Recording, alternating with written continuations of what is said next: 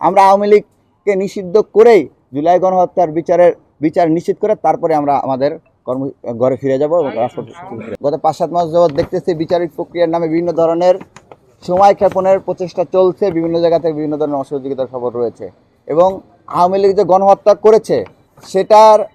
মানে আমরা আলাদা করে প্রমাণ করার কোনো প্রয়োজনীয়তা আছে বলে আমরা মনে করি না। জনগণের সামনে এটা সুস্পষ্ট, তারা প্রকাশ্য দিবালোকে ভিডিও ফুটেজ রয়েছে, তারা গণহত্যা চালিয়েছে। আমরা মনে করি তাদের যে ভিডিও ফুটেজ যে প্রমাণগুলো রয়েছে সেই প্রমাণই তাদেরকে নির্বাহী আদেশের মাধ্যমে নিষিদ্ধ করার জন্য যথেষ্ট। আমরা সরকারের কাছে দাবি জানিয়েছি যে আপনারা টালবাহানাপূর্ণ বক্তব্য, প্রতারণামূলক বক্তব্য দেওয়া বন্ধ করে আওয়ামী লীগকে নিষিদ্ধ ঘোষণা করুন। সরকারের কাছে এটি মানে অনবগত কোনো বিষয় নয় যে আওয়ামী লীগ নিষিদ্ধের দাবি ছাত্র জনতা জানিয়ে আসছে, সুতরাং তাদেরকে আবার নতুন করে জানানোর প্রয়োজনীয়তা আমরা অনুভব করি না। আমরা মনে করি আমরা একসাথে আন্দোলন করে শেখ হাসিনাকে, খুনি হাসিনাকে এখান থেকে হটিয়েছি, সুতরাং তাদেরকে আবার আলাদা করে মানে অবহিত করতে হবে সেটা আমরা মনে করি না। কারণ তারা জানেন যে এদেশের জনগণ আওয়ামী লীগকে নিষিদ্ধ চান,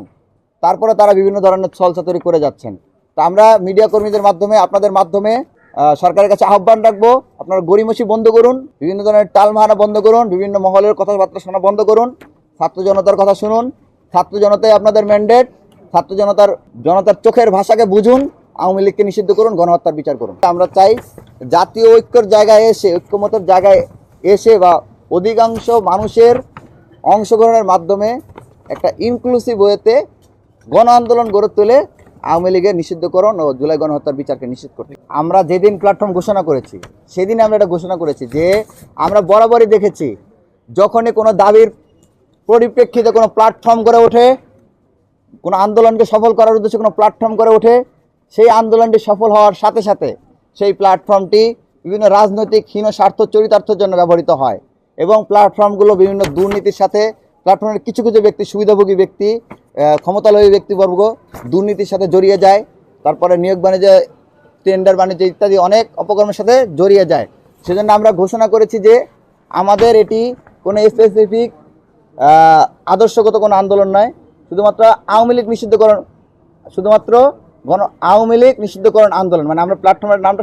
শুধু আওয়ামী লীগ নিষিদ্ধকরণের উপর ফোকাস রেখেছি, যাতে আওয়ামী লীগ নিষিদ্ধ হয়ে যাওয়ার সাথে সাথে, গণহত্যার বিচার নিষিদ্ধ হওয়ার সাথে সাথে এই প্ল্যাটফর্মটির কার্যকারিতা শেষ হয়ে যায় এবং আমরা যেদিন আওয়ামী লীগ নিষিদ্ধ হয়ে যাবে, নিশ্চিত হবে, আমরা সেদিনই আমরা ঘোষণা দিব যে আমাদের প্ল্যাটফর্মটি